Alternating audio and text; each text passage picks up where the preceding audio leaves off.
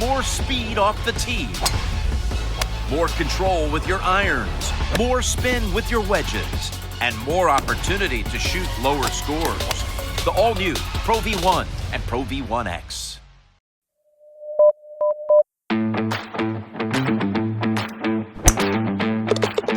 Welcome to Talk Birdie to Me.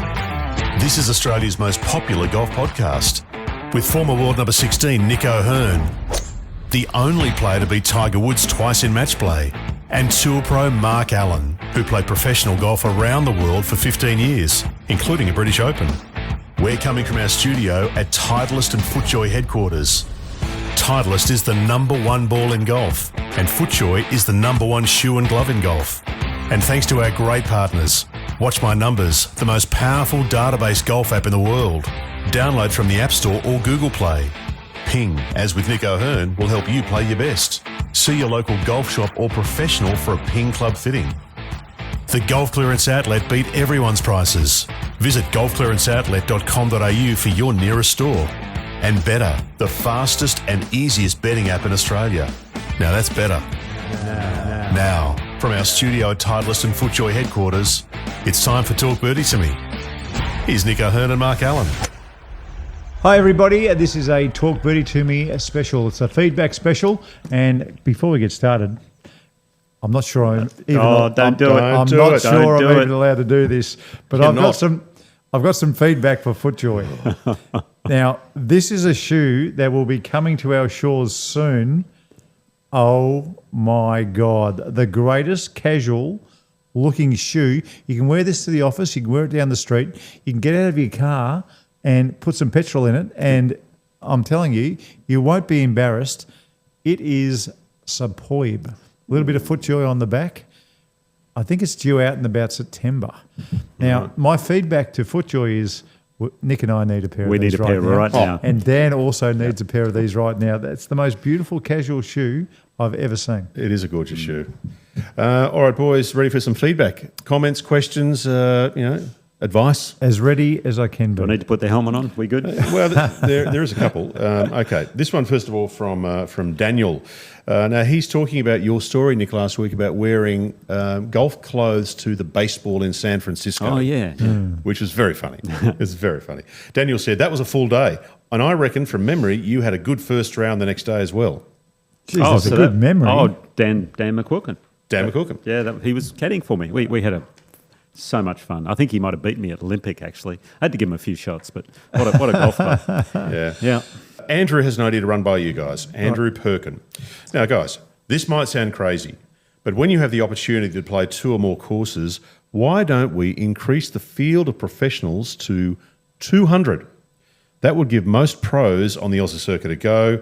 The problem with most tournaments is the limited field size, and good players are missing out, and maybe hold them over 2 nearby courses and cut after 2 rounds after the swap as well. I reckon pros below category 14 struggle to get a hit these days. Did the Pebble Beach Pro-Am used to be like that, Nick? They used to put some extra players in? It was a big field. Same with Dunhill. Probably about 180, I'm thinking. Something like that. So 3 courses is the only way they could do that. Yeah. 3 courses, probably players get paid for that 3rd day as well.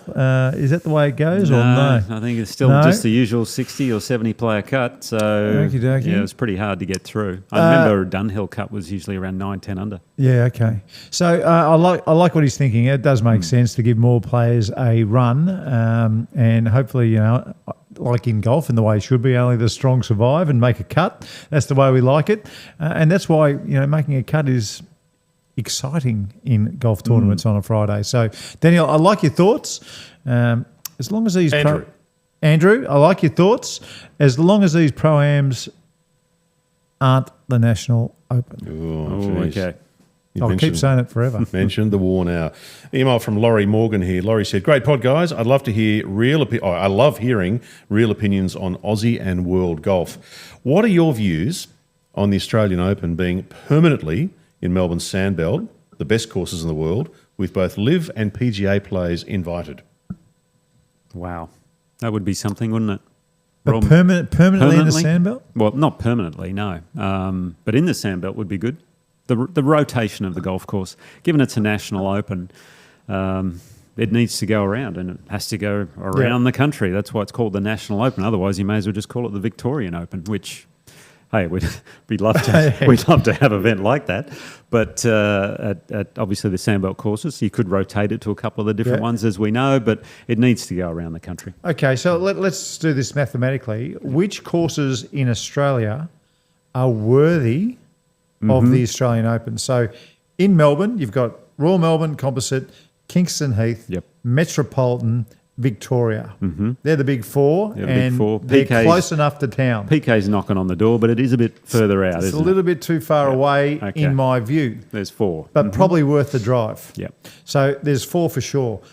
In Adelaide, you got Royal Adelaide. That's probably your number one. That's probably it. Kooyonga is incredible, but it might be a little short. That's the only problem. It's good for a different tournament, but not the Australian Open Kooyonga. What about in Perth? You got Lake Carrinup, which is a clear number one in my book. Well, it was. Now it's Mount Lawley Golf Club. I think could be number one after OCM have done their changes to it. But again, I don't think it's long enough for a men's Australian Open. I think it's perfect for a women's Australian Open. Oh, there you go. Okay, but if we're just talking about the men's, then so probably your Carrinup then. Yeah. So the Australian Golf Club in Sydney, I think, is a fantastic host for the Australian Open and the Lakes. I'm looking forward to what they're doing to Royal Sydney as well. Oh, yeah. With the changes there. I think. So you got 3. So what are we up to? We're 4 in Vic, 5 Adelaide, 6 with Lake Carrinup. We've got 3 now. That's 9. You could go to maybe 7 Mile Beach when it opens in future years, because that's right next to the airport in Hobart. Yes. That might be an option. That could be up. So there you go. So let's say there's 10, and Queensland gets to keep the Australian PGA to make it fair and balanced. True. So you got Queensland looked after. Then you've got 10 potential venues for an Australian Open. So, which is kind of what I guess the US Open does, the Open that's right. in the British Open, as they call it. So the question was related around the Sandbelt. So if there's 10, then 40% of the time, the Australian Open is going to be played in the Melbourne Sandbelt, which I think makes sense. Seems right. Yep. Okay, we've got a question for you here from George. George has said, hey guys, I have a question about the down-the-line shaft angle at impact. All the great ball strikers in the past, Trevino, Hogan, Snead, Garcia, returned the shaft to the same angle at impact compared to address and exit left. Is this something that golfers should aspire to, given that most pros have higher hands at impact compared to address, or is it just something that a few are going to be able to achieve? I think Hugo recommends getting the shafts on your irons bent flat, but there doesn't seem much point if your hands will rise back up at impact. I've tried to keep my hands low and exit left, but I cannot do it. Thank you for your advice. Well, the best and simplest golf swing I ever saw was Aaron Baddeley, and he had really high hands at impact. So it's centrifugal force. The hands should go a little higher anyway. Yeah, Do they that's actually? right. I don't think they return to address position. It's always a little bit up. It's a little bit up on it, I think. Yeah, I agree. And it also shaft bend, because the shaft actually bends that Down a way. little, If you're watching, it bends down. There you go. If you're listening in the car, if you're watching on the podcast, the shaft it's not straight anymore. It's a curve like that. Yeah. Which makes the club more upright, or its need to be more upright. I think there are many, many ways to swing a golf club. Ben Hogan and Garcia, they were pretty much the same as at address, but there are many players who are steeper at impact. Probably a good idea might be to go to bradhughes.com and check out the 430 path and the exit path and all the drills he has associated. Yeah. So give that a go. I'll give you one thing. I don't think you should be just trying to hit the ball with lower hands. No. I don't think that's a good thing to do. I think you've got to create things that make that happen, but I wouldn't just solely try and feel like your hands are low at impact. Yeah. I think that would be a mistake. Message from Tony Sutton, and this is a cracker. This is a great message. Hey guys, I love the pod. I just wanted to give you a bunch of legends a shout out. Not long ago, I was listening to the pod and I heard Marco talking about the Golf Clearance Outlet Live membership, and I thought it sounded awesome. So I got myself a membership. Nice, good on you. Good. Only recently, on March the 4th, I was in Japan on holidays with my beautiful wife, How's this bloke going? celebrating our 25th anniversary. We were at the Scramble in Tokyo. Wow. When I got a message from a mate with a link to the major draw for March and bugged me to enter. And I won. Oh, He did not. Guess what he won? What? He won an MGI quad electric buggy. for $19. Wow. Is that what you got? No, I haven't. But to be honest with you, I want one of those. Okay. That's exactly the buggy I want. The MGI looks. Everyone I see with an MGI, the control from distance is very, very good. Yeah. Well, wow. He says, Tony has said, thanks to the golf clearance athlete, of course, Sam and Chris and the team do a Sam wonderful job. Colosimo, what a man. And thanks to Talk Birdie to me for putting me onto it. Love your work. By the way, Nick, this is for you. Okay. By the way, the Japan-only ping gear is next level good. Ooh. Wow. Okay. You across that stuff? There was a couple of bags I was looking at and I couldn't get it because it was only available in Japan. So Okay, there you obviously go. I need to go to Japan. They do fancy well, Japan. Yeah. They don't mess around. No. Yeah. Some of the shiniest bags you'll ever see. We've got a couple more questions, so we might have a break at the turn, and we'll come back in a second and hit you up with some thoughts. Righto, I need a sausage roll. Okay.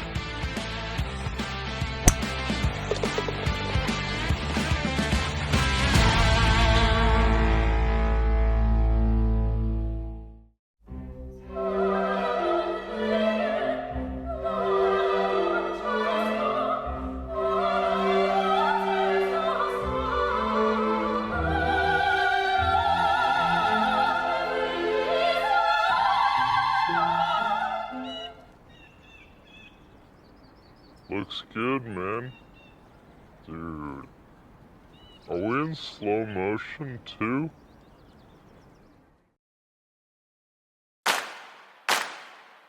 We're live from our studio at Titleist and FootJoy headquarters. We all know the number one ball in golf is Titleist and the number one shoe and glove in golf is FootJoy. We're here thanks to the Golf Clearance Outlet. They beat everyone's prices. Ping will always help you play your best. Turn your bogeys into birdies with the Watch My Numbers app. And Better, the fastest and easiest betting app in Australia. That's Better. Now, back to Talk Birdie to me. Here's Nick and Mark.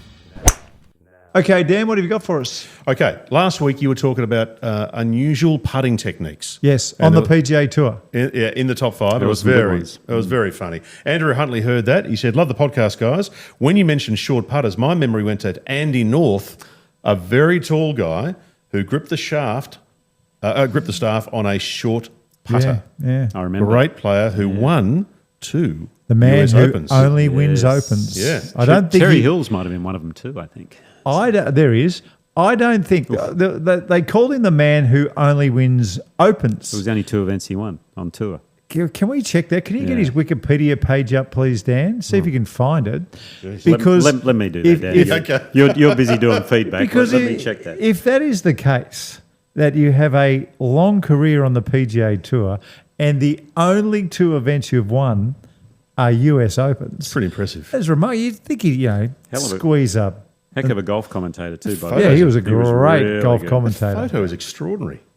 Yeah, he used to choke down on the putter, and the putter he's using, it looks like one of those putters you'd get from a putt-putt, like the kids putting. It's the worst looking putter you've ever seen. And he made it look so ridiculous by choking so far down. How tall was he, Mark? Do you know? He must have been. 6'4", something like that. Okay. 3 tour wins. There you go. He's he had won 3. the 1977 Westchester Classic. Yeah. Good course, Westchester, up there in New York. And then 2 US Opens, one in 1978 and 1985. Cherry Hills, did you get that right? Oh, it doesn't say. Doesn't Let me- say. No, can't tell. Okay. All right, this is from a guy called Pommy. Just saw a show with current caddies set up a caddy program all over the world called Caddy Clubhouse. It was on a YouTube show called 19th Uncut, hosted by current and former caddies. Right. Maybe Nice. know about it, maybe don't. Thanks, Paul. No, Never heard of it, we'll check it out. but I was always very fond of caddies. I love them. Well, you sacked plenty of them. I sacked so many of them, it wasn't funny. But they were always great company. Yeah. They were fabulous people. And, for a lot of youngsters, 22 and 23-year-olds, caddying and seeing the world is a sensational option if you had that, that reigned the pool. Great way to go. They had the best nicknames too. No, the greatest ever nicknames. They do. Who's the favourite? Who's the best nickname? Well, I liked Lumpy. That turned into Lumpless. yeah, Lumpy. When he got the lump removed. I like Cornflake. So Yeah, Cornflake. because He looked like a serial killer. it looked like a serial killer. Yeah. Message from Scott. Marco, you may be interested to look at page 28 of the latest Australian Golf Digest. There is an article on leaving bunker rakes inside or outside the bunker. Ooh. It shouldn't even be a question. Leave them out. Yeah, correct. Now, this should be on the rake pod, shouldn't it? It should definitely be. Well, the rake pod's coming. I can promise you that it's on the way. I played 4 times last week. I played at Kingston Heath. I played at Victoria Golf Club, and I played at Royal Melbourne. How's that for a trio of courses 3. I played? Yeah, and then I played at Kingston Heath again on the Saturday. But the golf course whose bunkers were the best were Royal Melbourne's.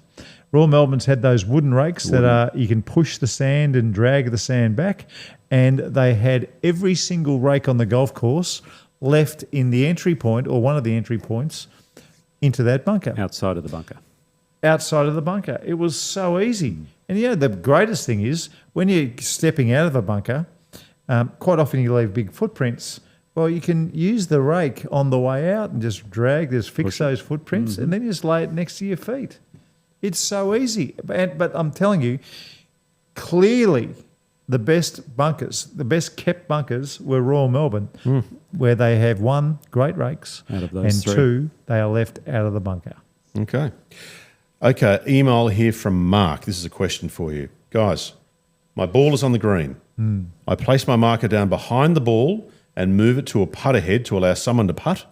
They putt, and when I go to move the marker back to its original spot, I see the ball marker's original small hole and place my ball marker on its original position without using my putter head.